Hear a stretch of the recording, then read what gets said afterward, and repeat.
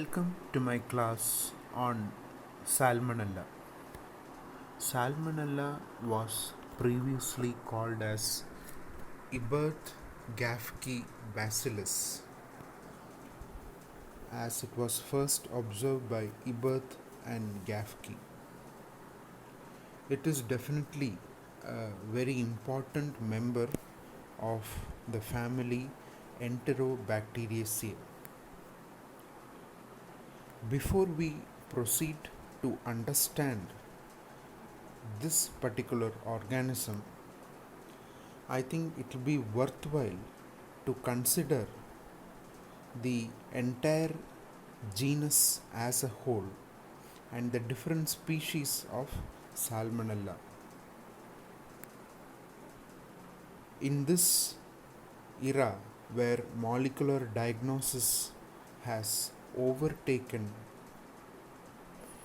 most of our conventional microbiological techniques, I would just like to brief you about the different species of Salmonella based on certain DNA hybridization studies.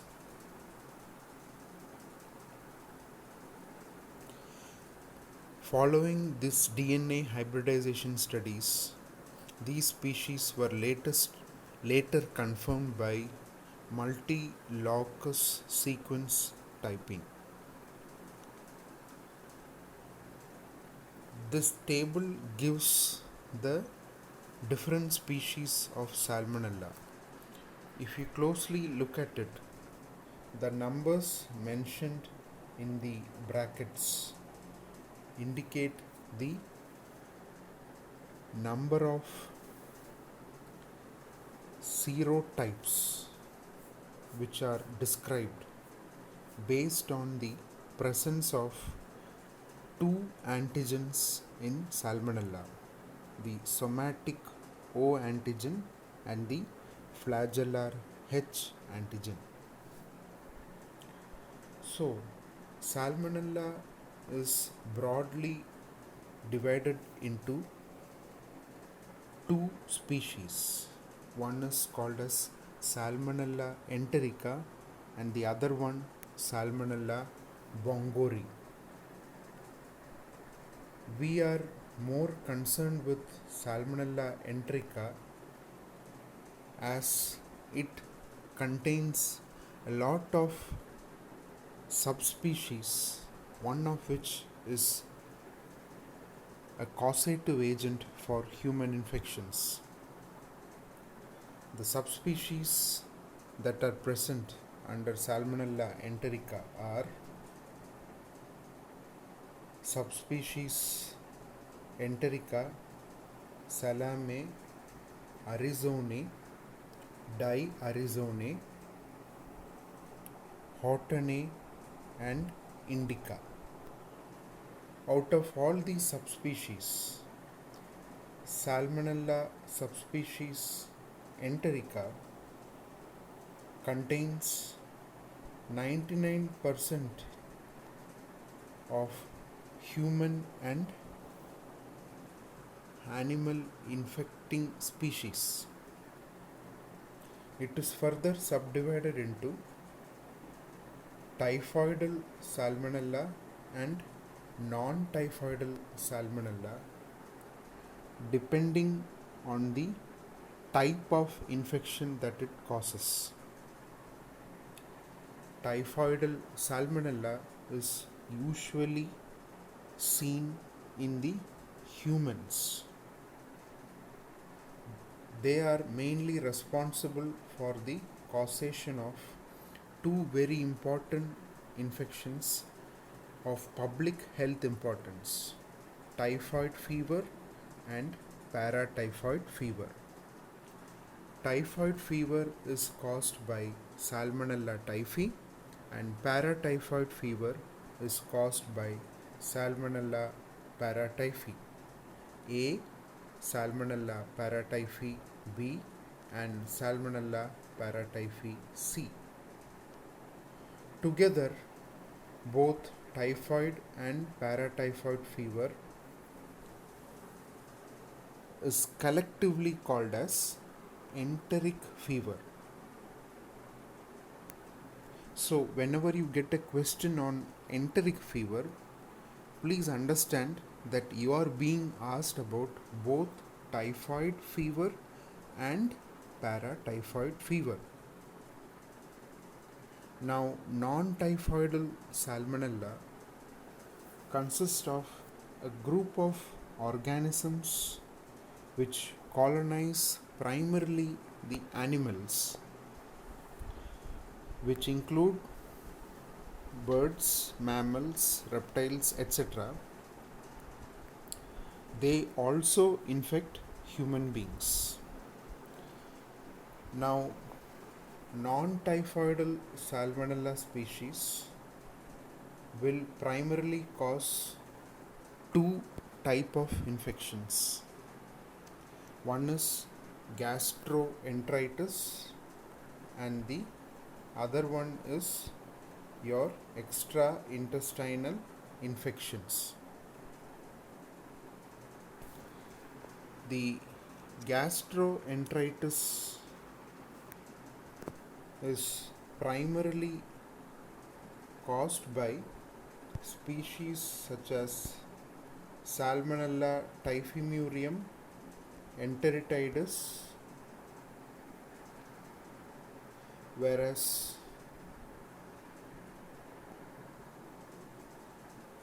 bacteremia is caused by Salmonella typhimurium, enteritidis, Virchow, Heidelberg, etc. Now, both gastroenteritis and bacteremia are caused by almost the similar organisms. Gastroenteritis is a self-limiting or the non-invasive infection, and bacteremia is usually the invasive infection. So both typhimurium, enteritidis and the other species caused gastroenteritis and bacteremia. Extraintestinal infections that are caused by the non-typhoidal salmonella species are basically of two types. One is a focal infection which can range from intra-abdominal infections, non-typhoidal salmonella meningitis, pulmonary infections like lobar pneumonia and lung abscess, urinary tract infections like pyelonephritis and cystitis, genital tract infections which include ovarian, testicular abscesses, prostatitis and epididymitis, osteomyelitis and reactive arthritis. All of these infections are caused by organisms like Salmonella cholera suis, Salmonella typhi suis, Salmonella typhimurium, Salmonella enteritidis, Salmonella Dublin. Again, there are certain organisms, almost similar organisms, also causing bacteremia. So, the non-typhoidal Salmonella species, to summarize, basically causes gastroenteritis, bacteremia, localized infections, and also endovascular infections like endocarditis and arthritis in those with pre-existing valvular heart disease. Now, before we proceed, it is very important for us to understand the differences between the typhoidal and the non-typhoidal salmonella. Please remember that Typhoidal salmonella are strictly human pathogens. They are mainly acquired, or they are mainly enter the human host feco-orally. Okay, that is via more through the contaminated water sources.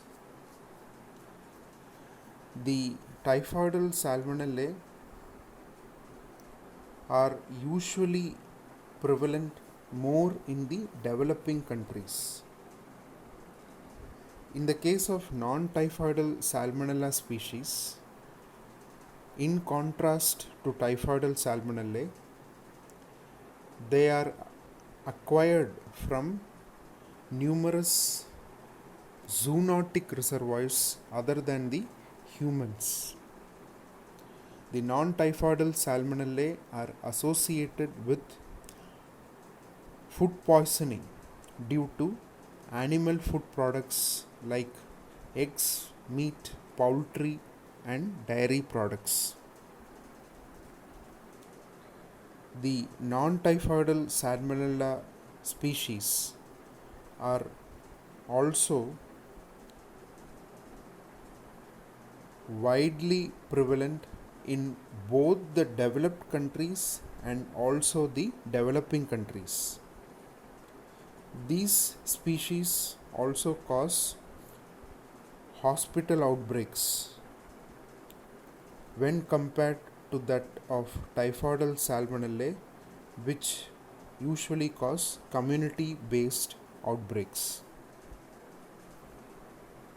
So, with this very brief overview about the basic types of infections and the mode of acquisition of infection between typhoidal and non-typhoidal salmonella group, let us now slowly try to understand the pathogenesis and the mode of acquisition of infection.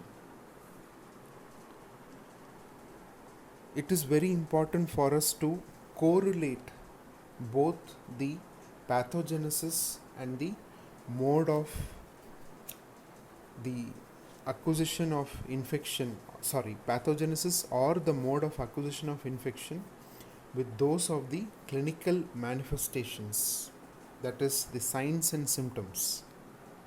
So I will be talking to you in this slide about the clinical manifestations of both typhoidal and non-typhoidal salmonella, because the mechanism of causation of both these type of infections are similar, except for a few minor variations which I will be highlighting. Now, pathogenesis always begins with the mode of transmission. So, salmonella are generally transmitted feco-orally. That means it is transmitted through the contaminated food or water. The infective dose of salmonella is quite higher. It is about 10 raised to the power 3 to 10 raised to the power 4 bacilli. Only if the infective dose is attained can salmonella cause infection. The incubation period of causation of this infection is about 10 to 14 days. Even though we say enteric fever, please understand that most of the signs and symptoms of enteric fever are more extraintestinal than intestinal, because enteron means intestine. Now, The risk factors for Salmonella pathogenesis is that it usually occurs in those individuals in whom the barriers of innate immunity are breached as a result of the acidity. Okay, that is those who are having achlorhydria or those who are less than 1 years of age. So whenever in these set of individuals the acid production is much more lesser. Similarly, in some individuals who have undergone certain exploratory laparotomy procedures or whose normal resident bacterial flora has been compromised due to the irrational use of antibiotics, these individuals are also prone to develop salmonellosis. So,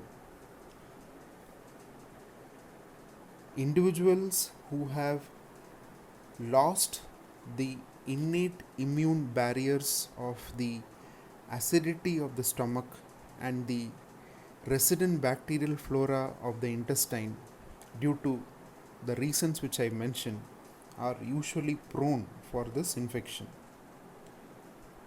These organisms primarily enter through certain receptors which are called as M cells. These M cells are situated in the mucosa of the ileum. Once the organism adheres or attaches itself to these M cells, they get internalized into a vacuole which are present in the mucosa. Following the entry of the organism into these M cells, the bacilli now travel from the mucosa to the submucosa. Within these vacuoles in the submucosa, the organism is now phagocytosed by the macrophages. So the learning point here is that Salmonella is primarily an intracellular pathogen. Okay, they are primarily intracellular pathogen like your Mycobacterium tuberculosis and also Rickettsia. Now, when it colonizes your intestine, it can cause symptoms like abdominal pain, nausea and vomiting, and constipation or scanty diarrhea, which is often described as pea soup diarrhea. Non-typhoidal salmonella usually cause gastroenteritis as it colonizes the submucosal layer of the terminal ileum. Now, from the intestine, the organism travels via lymphatics, the mesenteric lymph nodes, to enter the bloodstream. Now, this is called as primary bacteremia. Okay, this is called as primary bacteremia. Please remember that this bacteremia is transient in nature.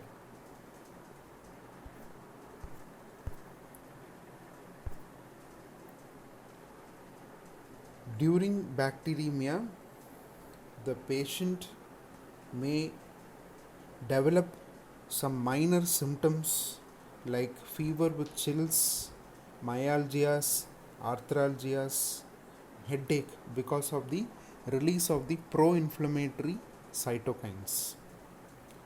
Now, from the bloodstream, the bacilli will disseminate through the reticuloendothelial organs, which are your liver, your spleen, and also the bone marrow and lymph nodes.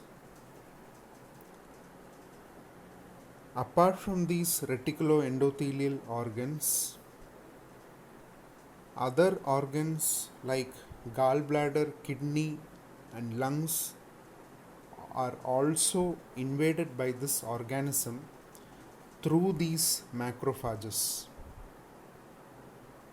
Here, further multiplication takes place. Students, please remember, within the macrophages, the bacilli survives, or it is capable of survival because it inhibits the phagolysosome fusion, which is a very important step in the pathogenesis of salmonellosis. Because it seeds these organs, the patient will develop hepatomegaly and splenomegaly. Now, from these organs, a secondary bacteremia ensues. Okay, so from the intestine, there is a primary bacteremia followed by entry of the organism into the reticuloendothelial system. From the reticuloendothelial system, there is a secondary bacteremia leading to the development of the classical hallmark symptoms of your stepladder fever and rose spots, which are salmon colored maculopapular rashes on the trunk and chest, and also relative bradycardia. So it is during secondary bacteremia that most of the hallmark clinical features are noted. Following secondary bacteremia,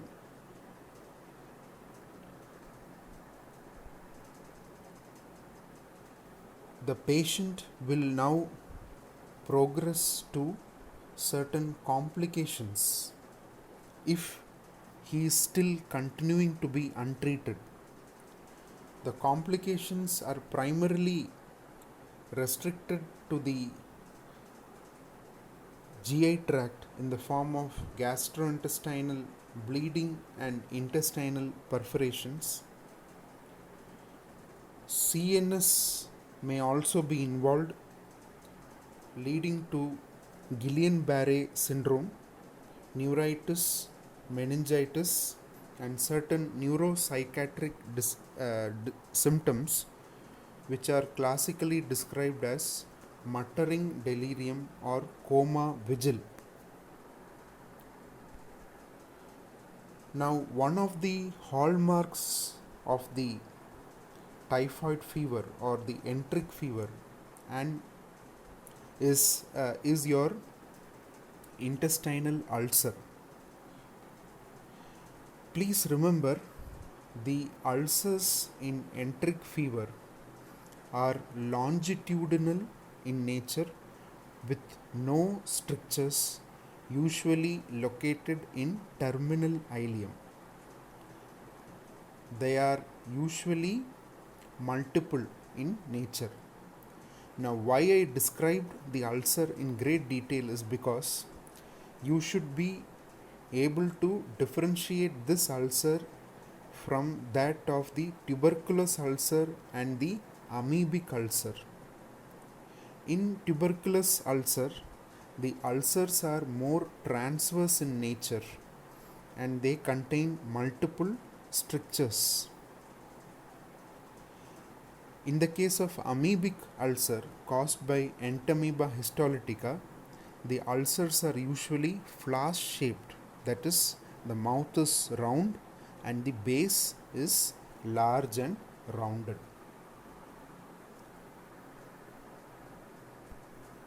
So,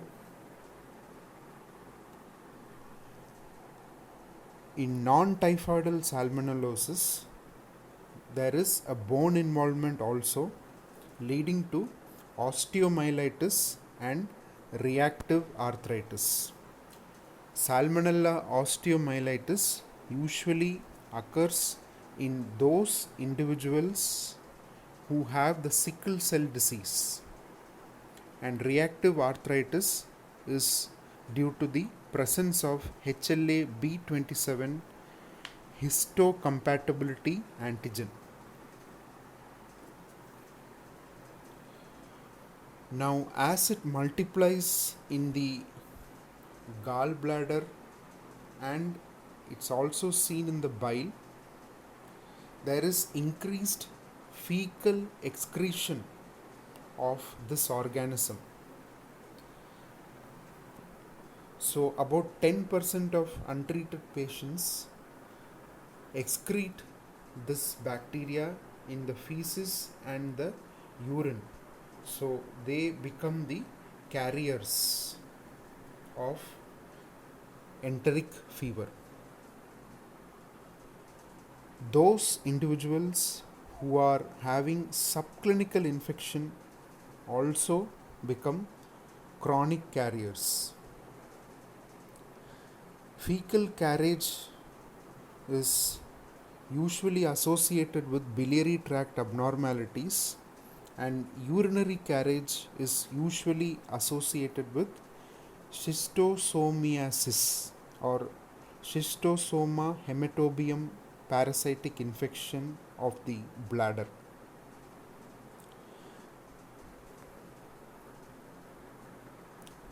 So, having understood the correlation between the pathogenesis and the clinical manifestation, we should now understand the laboratory diagnosis of enteric fever.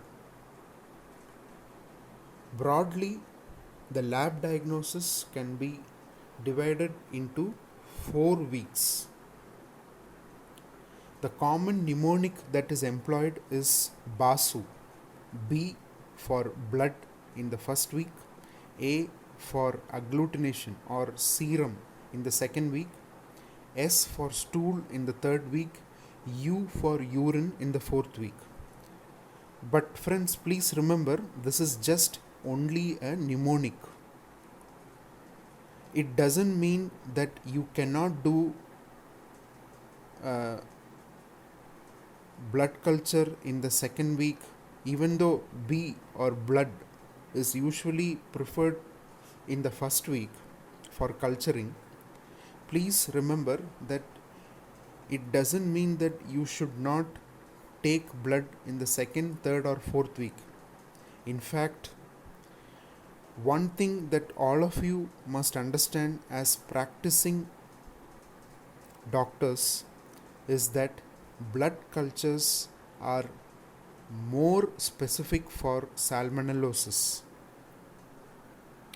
So, in the first week, patient will see the typical step ladder pattern of fever, where the fever gradually rises with every spike but does not touch the baseline. The patient will have classical symptoms of relative bradycardia and rose spots following secondary bacteremia and have early intestinal manifestations. So, during this time, how can we diagnose? The 3 best samples to diagnose enteric fever during the first week are your blood culture, your bone marrow aspirate, and duodenal aspirate. Usually, blood culture is positive in most of the cases, but please remember that In those who have taken antibiotics, bone marrow aspirate becomes a very important specimen, and so is your duodenal aspirate. So, the ideal sample is the blood culture. Sometimes the serum which is obtained from the blood can be employed for the Vidal test, and this serum which is separated after the centrifugation of blood and after being used for Vidal test, the clot remains, and this clot can also be used for culture. In fact, when you compare the relative specificities of blood and clot culture is considered to be much more superior to the blood culture.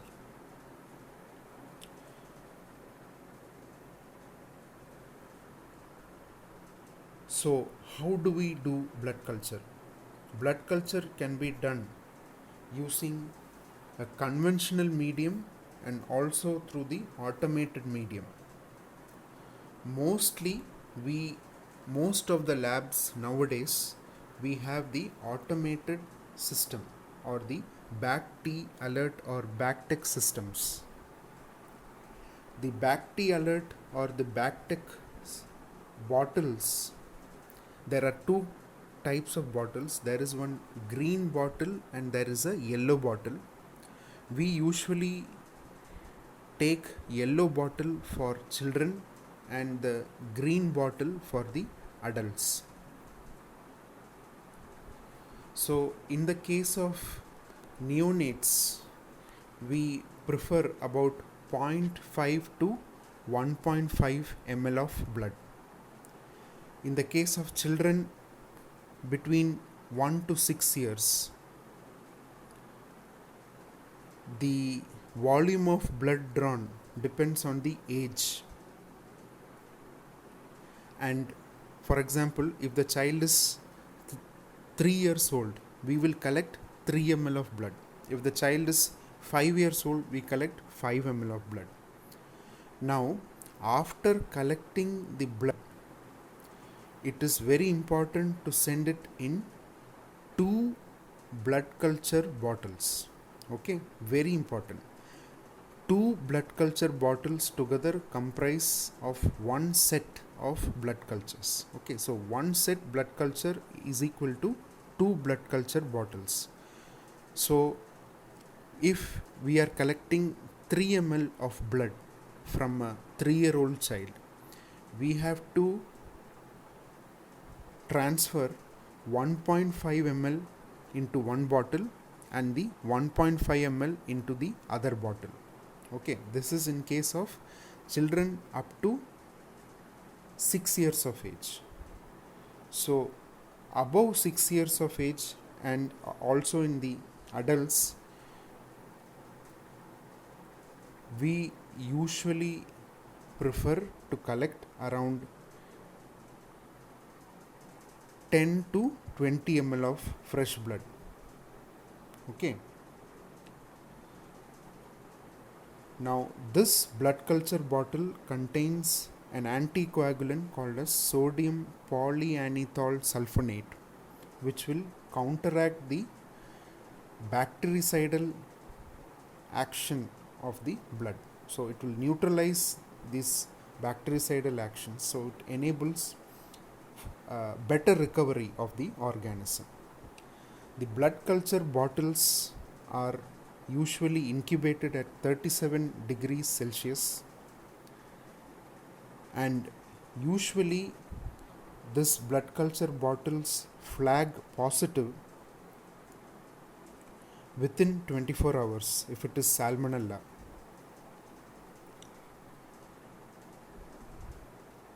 So conventionally, we usually go for brain heart infusion broth or brain heart infusion agar which is a monophasic medium, that is, it is only a liquid medium, whereas Castaneda's medium is a biphasic medium. That means it contains a liquid medium and also a slope of a solid medium.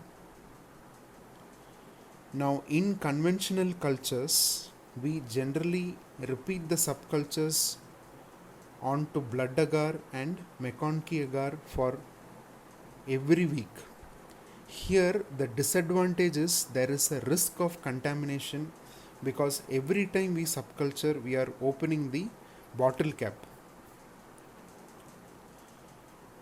This contamination risk is seen more with the monophasic medium than the biphasic medium, because in biphasic medium we will just tilt the broth over the agar slope periodically, and if the growth occurs or if the organism grows, there will be colonies seen on the agar slope. So once the colonies are seen, then we can use these colonies to subculture onto the blood and McConkey agar and identify further. But again, since we are opening the cap, it is also liable to get contaminated. So, to offset these inadequacies, we have the automated blood culture systems, because once the blood is collected inside the Bacti bottle and once we load it into the machine, every 15 to 20 minutes the growth is continuously being monitored, so that only when the organism is actually present we will get a beep and immediately we can take it out and do the processing. So what do we do? If the blood culture bottle beeps positive, we obtain the blood using a syringe and then we subject it to a gram stain. Salmonella is a gram negative bacilli. Whenever we describe a gram stain, we usually add 3 more components. That is, we talk about the sporing ability, we talk about the capsule forming ability, and also whether it is motile or non-motile. So the entire description goes like this: it is a gram negative, non-sporing, non-capsulated but motile bacteria. Not all Salmonella species are motile. Species like Salmonella gallinarum and Salmonella pullorum are non-motile. After we have done the gram stain and we have observed these organisms, we will inoculate onto blood agar and McConkey agar for a period of 18 to 24 hours, again at 37 degrees Celsius. From blood agar we get non-hemolytic colonies, and from McConkey agar we get non-lactose fermenting colonies.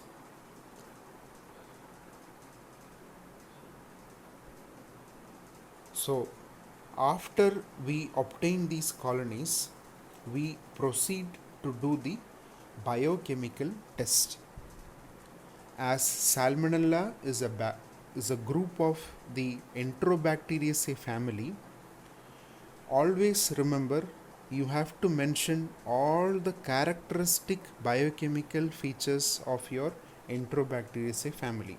That is, it is catalase positive, oxidase negative, nitrates are reduced to nitrite.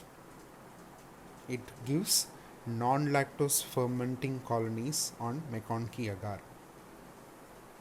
Now, the next set of reaction that you will be mentioning are your IMVIC test, that is indole, methyl red, Voges-Prosker and citrate test.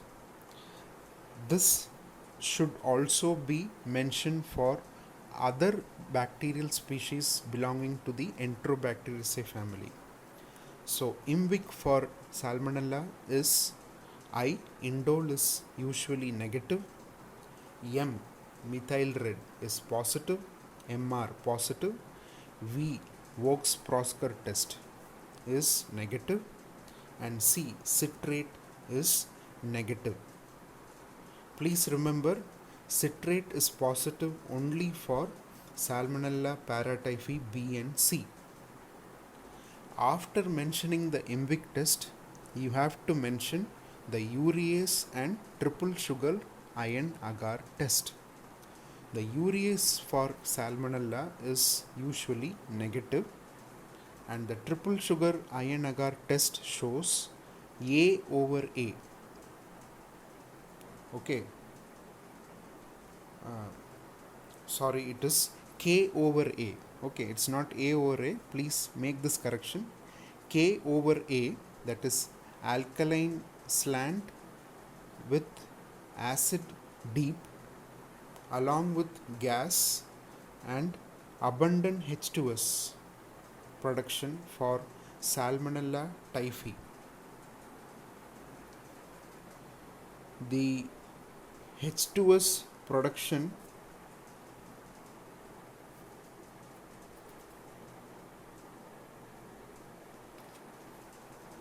is usually absent in Salmonella paratyphi A and Salmonella cholera suis. Now, after mentioning the IMVIC test, we have to mention the amino acid test, decarboxylation test. So we use 3 amino acids, lysine, ornithine and arginine, to differentiate between the 3 species. Salmonella typhi, only lysine is decarboxylated. Salmonella paratyphi A, only ornithine is decarboxylated, whereas for Salmonella paratyphi B, both lysine and ornithine is decarboxylated and arginine is dihydrolyzed. Okay, so all 3 are positive only for Salmonella paratyphi B. Now here you have to understand that Salmonella typhi and Salmonella paratyphi A is usually seen more in Indian subcontinent when compared to the other species of Salmonella, that is your typhoidal Salmonella species like B and C. Before we go to the lab diagnosis of the salmonellosis in the second week or the enteric fever in the second week, it is very important for us to now understand one antigenic classification scheme called as the Kaufman-White scheme. Based on the Kaufman-White scheme, the Salmonella are differentiated into several serogroups and serotypes. This differentiation is based on the O antigen, which is your somatic antigen, and the H antigen, which is the flagellar antigen. Please remember, O antigen is a part of your lipopolysaccharide cell wall, whereas the H antigen is part of the flagella, which helps in the movement of the organism. The flagellar arrangement is typically peritrichous in the case of Salmonella. O antigen is less immunogenic. That means the antibodies which appear against the O antigen indicate recent infection because they appear early and disappear early. H antigen is more immunogenic. That means the antibody which appears against the H antigen indicates the convalescent stage of the illness. So it appears late and disappears late. Initially, the serogroups used to be named as A, B, C, D, etc. But because of the increased number of serogroups, they have been reclassified as different numbers like 1, 2, 3, 4, etc. Okay.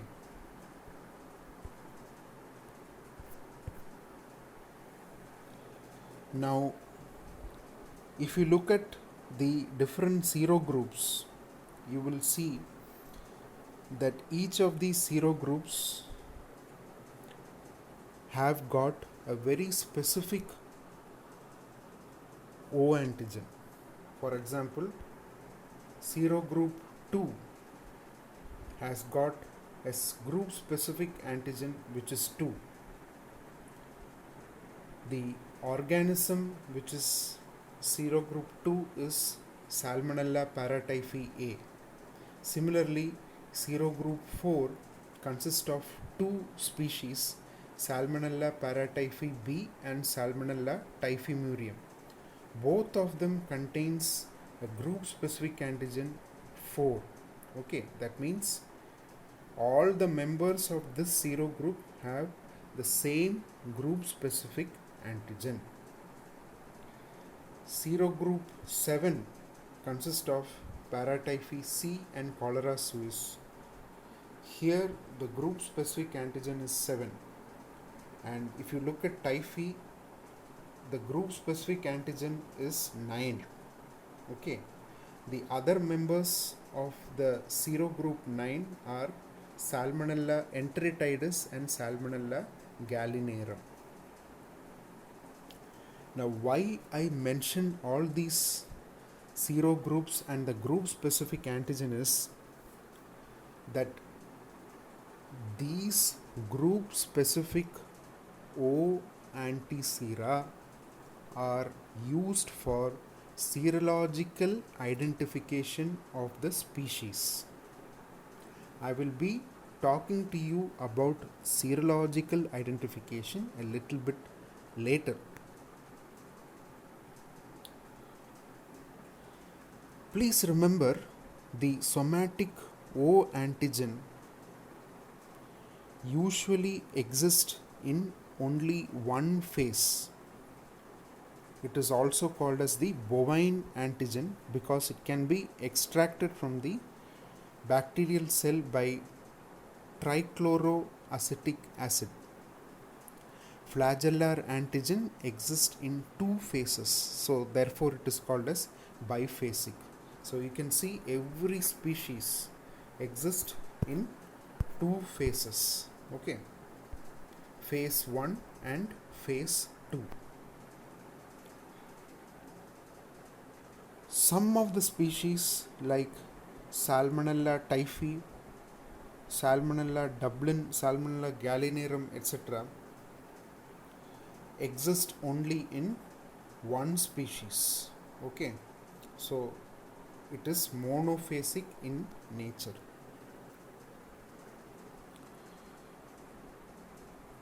So with this background, we will now go to the lab diagnosis of enteric fever in the second week. In the second week, symptoms usually manifest because of the primary seeding of the bacteria in the reticuloendothelial system. So you have organomegaly and relative bradycardia with epistaxis.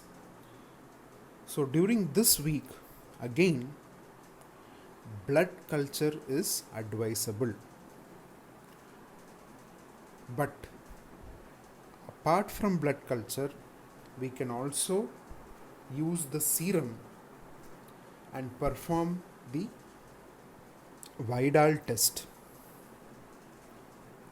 Now, a practical learning point for all of you, for you to understand, is please remember that Vidal test has got a lot of inherent limitations and it is highly non-specific test. As I explain more about Vidal test, you will understand why. So, my friends, please prefer blood culture. If there is one concept that I would like to drive in to your minds at the end of this class, it would be that blood culture, and blood culture alone is more specific for the diagnosis of enteric fever, both and also your non-typhoidal salmonella. So please go for blood cultures alone, which is more specific. Okay, blood culture alone. You can also go for your bone marrow culture or a duodenal aspirate, or depending on the symptoms. Okay, if you have rose spots, you can take the samples from the rose spots. You can take samples from the different other organs depending on the clinical manifestations. But please, blood culture is the highly specific for the diagnosis of typhoid fever. So having said that, it's very important to highlight certain crucial points about Vidal test. So as you all know, Vidal test is a tube agglutination test. Here we are using the Salmonella typhi 901 strain. So in Vidal test, the sample is serially diluted from the patient.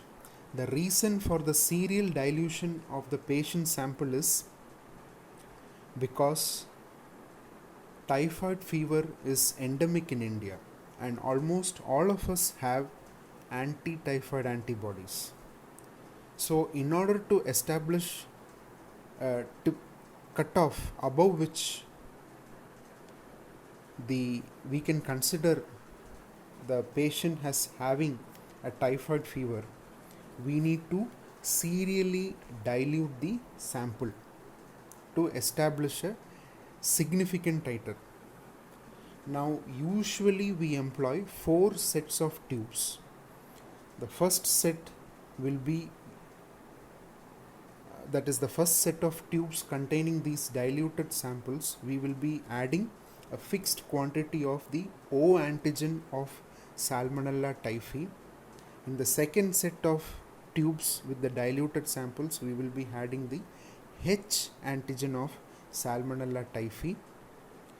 In the next 2 sets of diluted patient samples, we are adding the H antigens of Salmonella paratyphi A and Salmonella paratyphi B.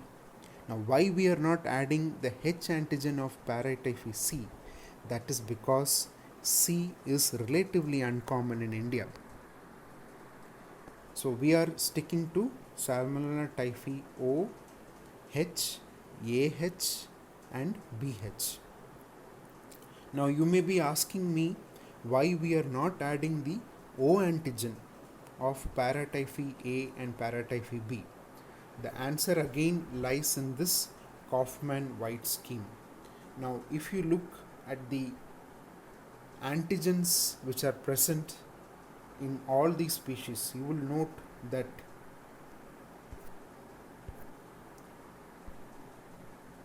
factor 12 is being shared by all the species. So you have factor 12 here, okay. Paratyphi C also is there. It's not mentioned in this table, but it's there.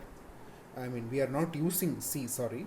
So factor 12 is there in A, B and also in Salmonella typhi. So since factor 12 is shared between A, B and Salmonella typhi, testing O antigen for Salmonella typhi is as good as testing the O antigen for Salmonella paratyphi A and B. Okay, please remember there is no factor 12 in paratyphi C, but anyway we are not using it to test, so that's okay. So nowadays in the conventional kits we have all these ready-made antigens. Earlier we used to prepare. So how do we interpret this test?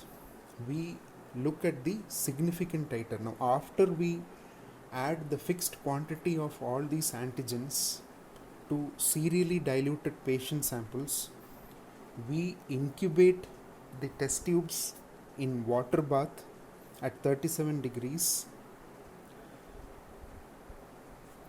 overnight, and the next day we can read the titer. Now what do you mean by titer? The titer is called as the highest dilution of sera at which agglutination occurs. So if you look at these tubes, so you have, this is the first dilution 1 in 20. So from here we add the serum to the next test tube, so it becomes 1 in 40, 1 in 80, 160 and 320. So we have here several dilutions. So we now observe whether agglutination has taken place in all these tubes. The O agglutination appears as, it's easy to remember, O agglutination CCF, compact chalky granular clumps. Okay, CCG, not F, CCG. Okay, compact chalky granular clumps. It appears like a disc. Okay, so O agglutination is interpreted as CCG, that is compact chalky granular clumps, and H agglutination is interpreted as LLF, that is large, loose, fluffy or cotton woolly clumps. Okay, so O agglutination CCG, H agglutination LLF. That is a mnemonic for you to remember. If there is no agglutination, only button formation will be there. A control is added to these 4 tubes, which just contains only the antigen, okay, without the patient serum, only normal saline with the antigen, because we need to ensure that these antigens are not auto-agglutinable by themselves. So we compare it with the control and then we read the agglutination pattern. Suppose here in this example which is given here, you can see that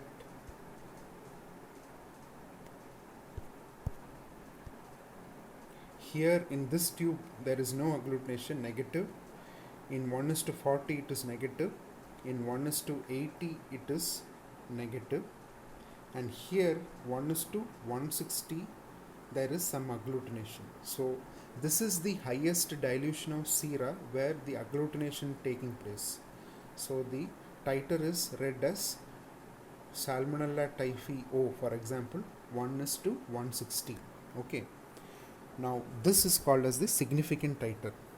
The significant titers varies in different countries according to the endemicity of the infection, but generally we take the significant titer for Salmonella typhi O to be greater than 1:100 and for H to be greater than 1:200. Okay, remember, O appears early and disappears early, H appears late and disappears late. H is more immunogenic than O. Okay. Low titers, if we get less than these, we will ignore them as endemic titers. Okay, so we consider only the significant titers. Now, whenever we order or ask for a Widal test, we always ask for paired samples because we need to demonstrate 4-fold rise in antibodies between these 2 samples. So the first sample My dear friends, please remember, first sample for Vidal is always taken at the end of the first week, and the second sample is always taken at the end of the second week. Okay, after a gap of 5 to 7 days after taking the first sample. Because if you take it earlier or later, you will get a false negative result. Even in carriers and those in antibiotics, the false negative results will persist.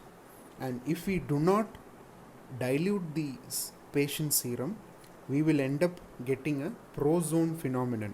Okay, you may refer to the chapter on antigen antibody reactions, to especially on the agglutination uh, type of reactions, to understand what prozone phenomenon is. Refresh yourself once again.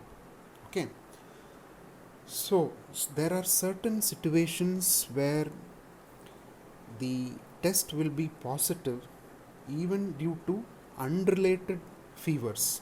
If the patient, for example, has leptospirosis, malaria, or dengue, the Vidal test may also be positive. Such a response is called as the anamnestic response.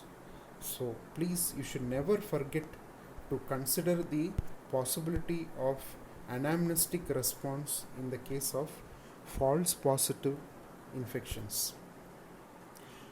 False positivity is also seen whenever we use the antigens with fimbriae. Okay, because even the fimbrial antigens is said to be cross reacting. People who have been previously immunized or those who have subclinical or inapparent infections also give rise to false positive results. So, firstly, you have to take two samples, that too at the correct time, one at the end of the first week and the second one at the end of the second week. You have to demonstrate a fourfold rise in antibody titer. Okay, only then you will consider that Vidal test is positive.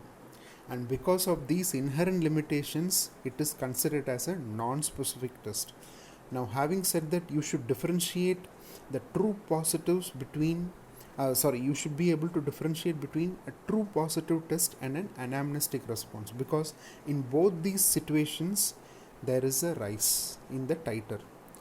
Always please remember, the rise in the case of rise in titers in the case of anamnestic response is usually very, very minimal, and the titer falls as soon as it rises. Whereas in true infection, once the titer rises, it always persists.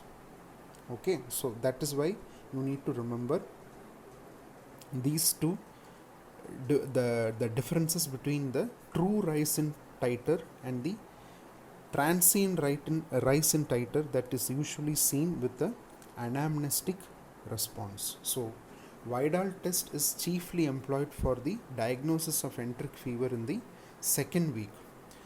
Please remember, if a Vidal test turns out to be positive, this is a practical point, if it turns out to be positive, we must always go ahead with the blood culture. Please send for both the blood culture and the Vidal test together for every patient.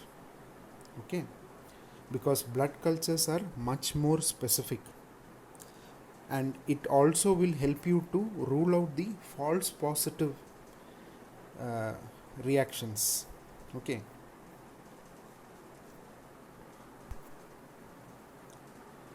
now in the third and the fourth week, usually the patient will end up with complications. Now, before going to the third and the fourth week, I'll just briefly tell you the interpretation of Vidal test with respect to the O and H antibodies. So, in both typhi and paratyphoid fever, the O antibodies will rise. So, TO A rise in TO indicates and is rise in presence of both typhi para A and para B. Okay, so that is common because they all share common factor 12. Now, what you have to look for is the H agglutination. Now, if TO and TH antibody rises, it is considered to be an enteric fever due to Salmonella typhi. If TO and AH rises, it is due to Salmonella paratyphi A. If TO and BH rises, it is due to Salmonella paratyphi B. If only TO antibody rises without any rise in TH antibody, it will be considered as a recent infection. It can be due to any serotype. Similarly, if only TH antibody rises, it can be considered as a convalescent stage, or it can also be due to anamnestic response where there is a transient rise of the titer. Now, if all AH, BH and TH of all these three antigens rise simultaneously, it means that the patient is vaccinated. Okay. Now, having said the interpretation, we will now go to the third and the fourth week. What happens? So, clinically, usually the patient will go for complications, both ulcers, bleeding, perforation, etc. So, during the third and the fourth week, please remember that we generally stress emphasis on the stool and the urine culture. Okay, so we lay emphasis on the stool and the urine culture, but don't remember that sometimes blood culture is also positive. The serum that is usually employed is usually subjected to the antibody testing by Vidal test, or we can also test the antigen with the help of ELISA testing. Okay. Now, since stool and urine are the two very important samples in the third and fourth week, I will be concentrating on these two cultures. The enrichment broth that is usually used for the stool sample is selenite F broth or tetrathionate broth. F indicates feces. Okay, so you can use this selenite F broth for both Salmonella and Shigella also. The commonly employed selective media for the stool culture is DCA and XLD. XLD means xylose lysine deoxycholate agar. So you can see in this particular diagram, the XLD, in the case of Salmonella typhi, you get red colonies with a black center. Okay, this is XLD, red colonies with a black center. So in the case of deoxycholate citrate agar or the DCA agar, you get non-lactose fermenting colonies with a black center. So here in DCA agar, you get non-lactose fermenting colonies with a black center. There are several other medium which are usually employed like Salmonella, Shigella agar, etc. So, but these two are the commonly employed medium in the most of the labs. So, I am focused more on these two medium just for to make it more practical. Okay. Of course, you can use even the other medium.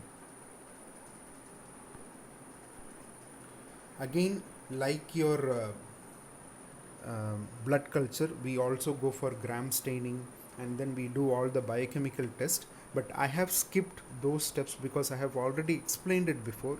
So I just wanted you to only understand the medium which is used for the stool culture and the urine culture.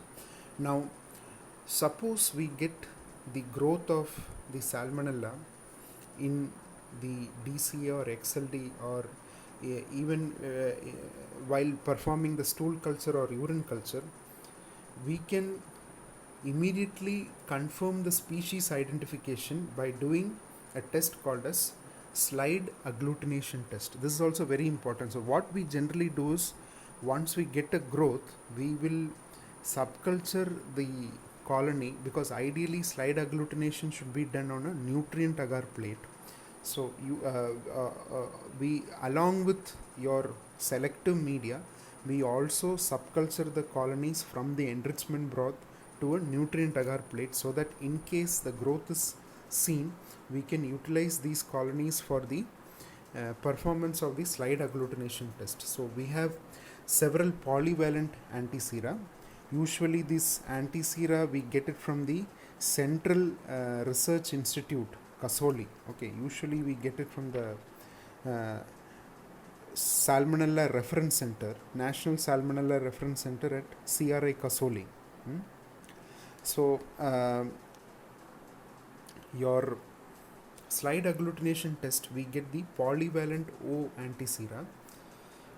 Initially we mix this polyvalent O antisera with the culture suspension on a glass slide and look for agglutination. If it gets agglutinated, then we specifically go for the group specific antisera. So that is why I previously mentioned to you about the common group specific antisera which are seen in different species.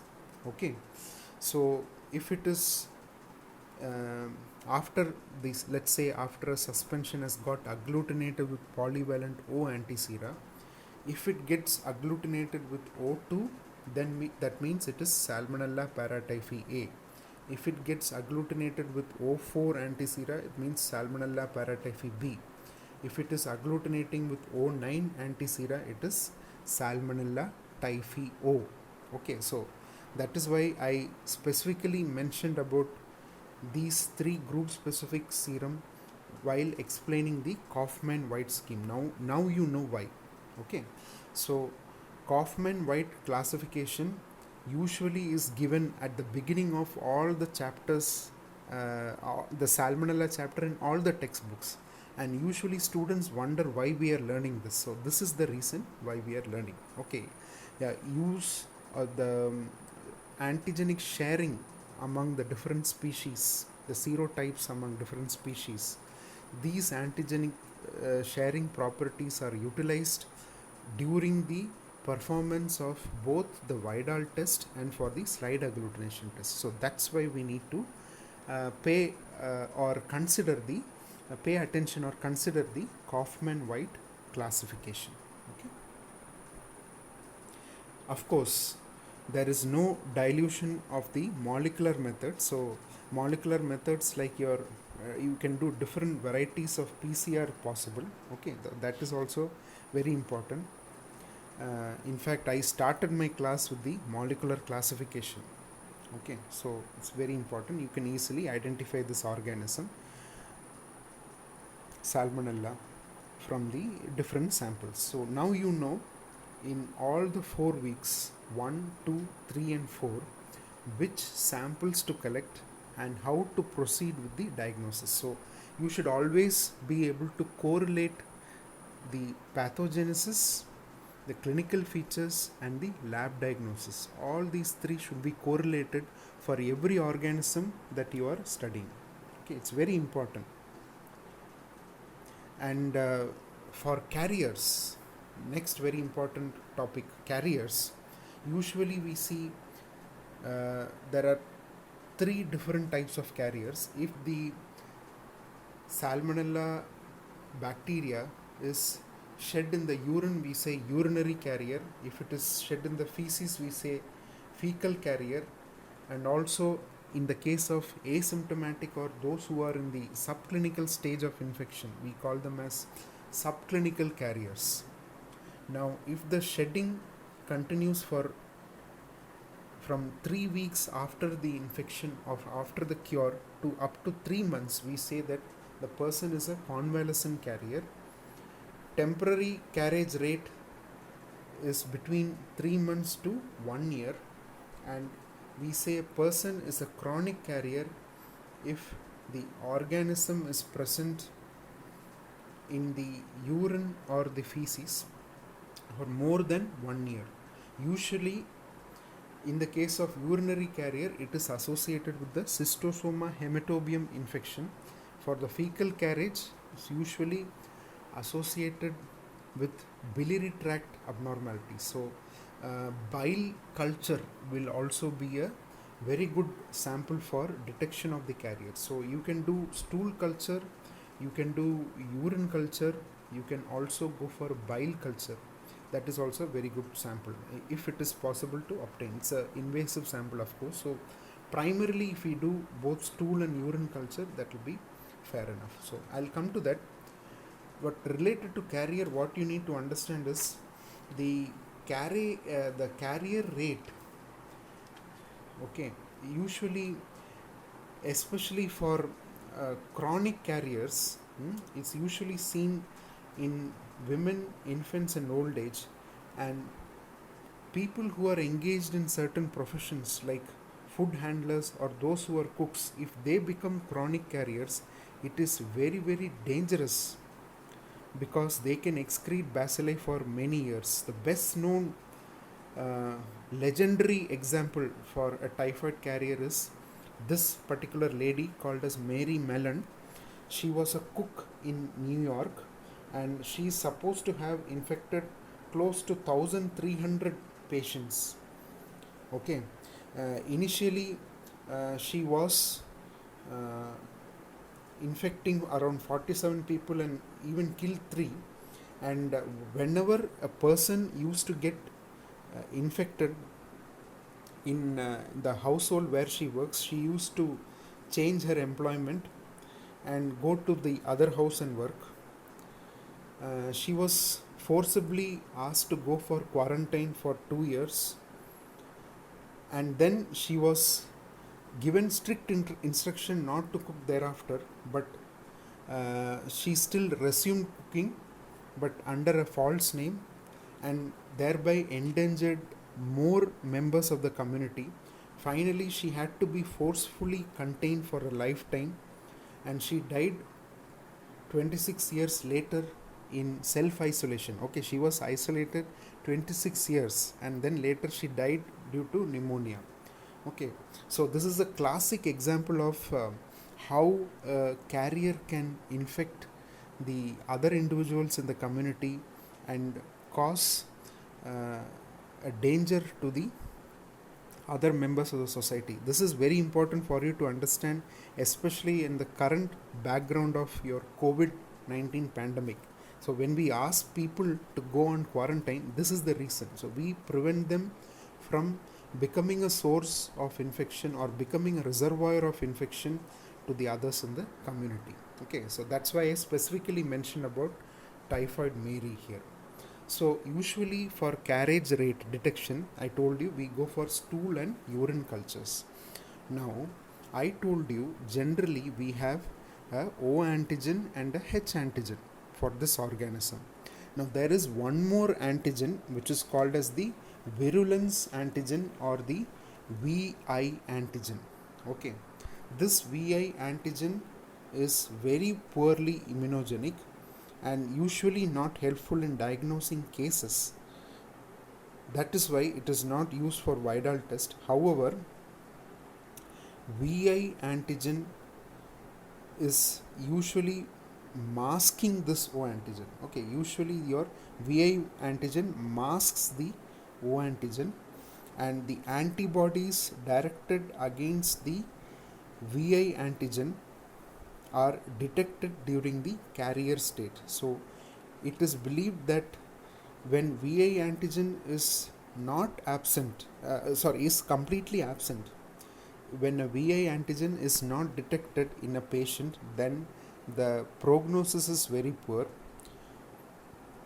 But the presence of antibodies against the VI antigen indicates the development of a carrier state. So VI antibodies detection is very, very, very important to diagnose a carrier state. So along with the detection of VI antibodies, we also can do a technique called as a sewer swab technique. Okay, here what we do is we place the gauze pads in the sewers in the community, and then we will collect these gauze pads and then culture it on selective media.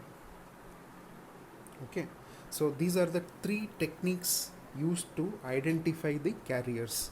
Of course, there are centers like your Lady Hardinge Medical College in New Delhi, which will do the phage typing, and which is the reference center for Salmonella phage typing in India.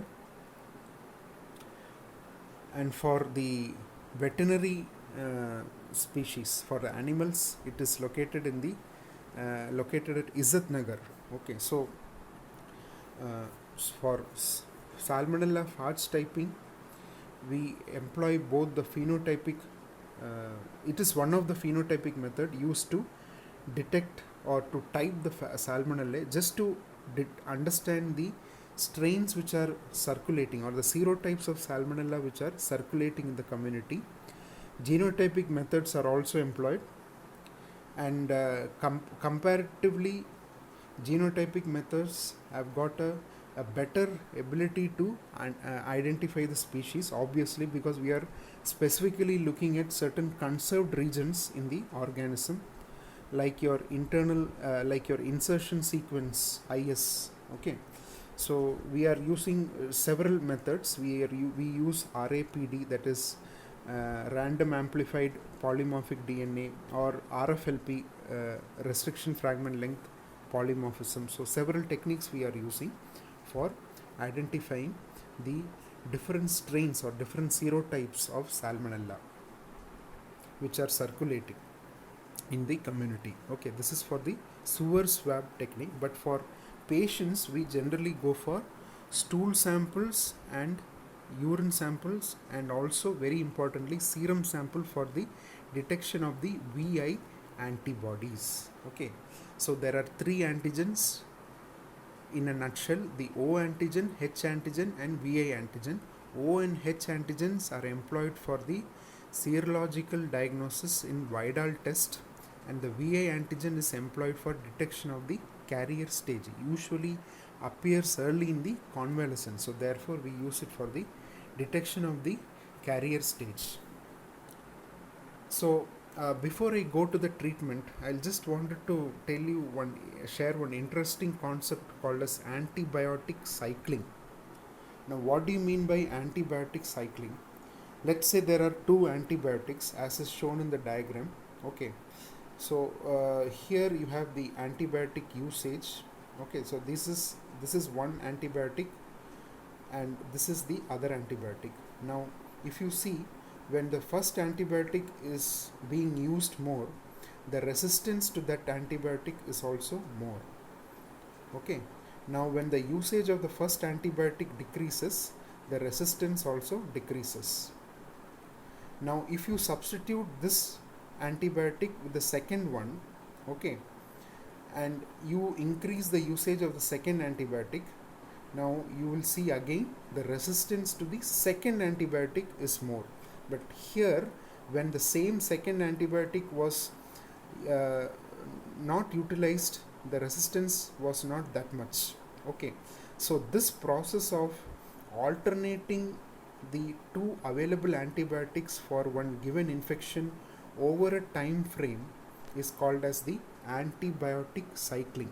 So whenever the antibiotic is used, there is a selection pressure of the antibiotic on the bacteria, due to which resistance to the used antibiotic is noted. Okay, now again if you see this second antibiotic, when the usage is reduced, you see the resistance also lowers. Whereas here, if you alternate with the first antibiotic, you see resistance is there, but if you compare with this, it is quite lower. Okay, so this is a property of antibiotic cycling. Now, why I mentioned in relation to Salmonella is, earlier we used to use three antibiotics, that is your amoxicillin, chloramphenicol, and cotrimoxazole, to treat enteric fever, but due to the development of resistance, we have switched on to alternative antibiotics. So currently we are using these three antibiotics, your ceftriaxone, azithromycin, and ciprofloxacin, to treat the salmonella infections. But nowadays a very interesting trend has emerged, that because we have stopped these three antibiotics, okay, because we have stopped these three antibiotics and we are using these three antibiotics, now a very interesting trend is that these previously used or the older antibiotics have developed sensitivity to this organism, or that means, in other words, these three antibiotics have now many strains have become susceptible to these three antibiotics. So this is one of the classical example of antibiotic cycling. So this is just for you to understand, because see, as and when we use these antibiotics irrationally, we are limiting the treatment options for that particular infection in the patient. So antibiotic cycling will be a very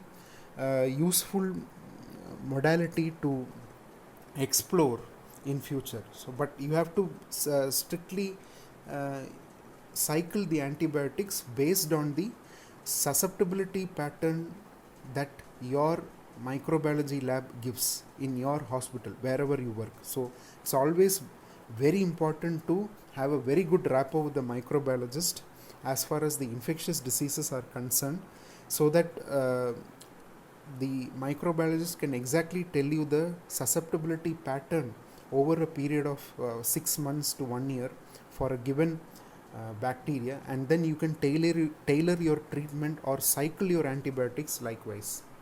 So Salmonella typhi, or the Salmonella typhoidal salmonella, you see lot of resistance.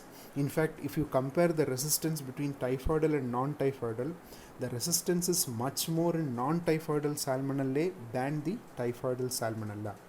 So usually you see multi-drug resistant strains. If they are resistant to all these three antibiotics, it is called as multi-drug resistant strain. So because of this multi-drug resistance, earlier we started using ciprofloxacin very rampantly. Now we have seen that ciprofloxacin is also becoming resistant to salmonella, and when that becomes resistant, it is called as your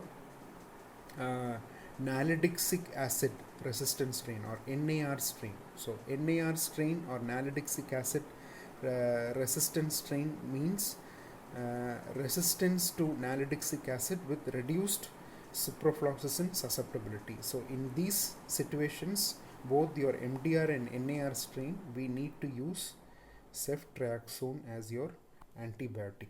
Okay, and what do you do for carriers? We generally use ampicillin or amoxicillin along with probenecid. So this is what is employed for carriers. So when you come to vaccination, several strategies are employed. This is the IAP 2018 schedule which I have put up. So as per this schedule, you will be seeing that for typhoid, usually we give conjugated vaccine. Okay, the IAP 2018 schedule recommends a conjugated typhoid vaccine at the 6 months. Now conjugated typhoid vaccine means that your VI antigen is conjugated with the exotoxin of the Pseudomonas aeruginosa. So that is your conjugated typhoid vaccine, usually given at 6 months. Sorry.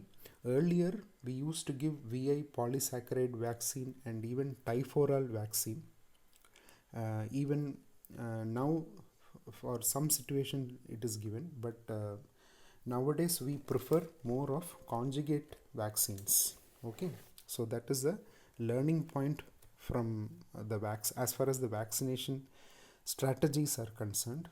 Usually we can give the difference between the VI polysaccharide and the your conjugate vaccine is that conjugate vaccine you can give in children less than 2 years of age, but your polysaccharide vaccine has to be given in children greater than 2 years of age. So please understand that.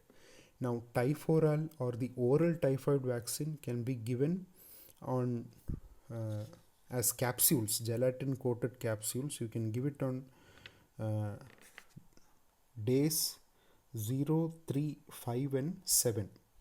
But the problem with the oral typhoid capsule is the immunity is only short lived. You will get only up to 4 years protection. So you have to keep on taking a booster dose. So better to go for a conjugate vaccine, and IAP usually recommends, the Indian Academy of Pediatrics usually recommends the typhoid conjugate vaccine to be taken at, only one vaccine is sufficient to be taken at 6 months. Okay, so this is the IAP schedule. Okay, so this completes the brief summary about typhoid salmonella, both typhoidal and non-typhoidal salmonella infection. I thought I will end this class with this particular slide because it is almost similar to the times that we are living in. Now this is a poster of typhoid fever uh, uh, in the earlier days, somewhere around 1930s. This was the poster which was usually indicating the quarantine. So this is from a health officer, so where similar to the quarantine posters that we have for our COVID-19 patients. So nowadays our health department is putting up posters outside their houses or sticking labels outside their house just to make sure that they do not come out. There was a time when we did the same thing for typhoid fever, because just like how we are right now, we don't know how COVID-19 is behaving. Similarly, when typhoid fever caused havoc in those days, we didn't know the exact nature of the organism. So now we know, now there is a definitive treatment strategy, there is a vaccination strategy, and I hope that the same thing repeats or the same thing replicates for COVID-19 as well. So thank you for listening to my lecture.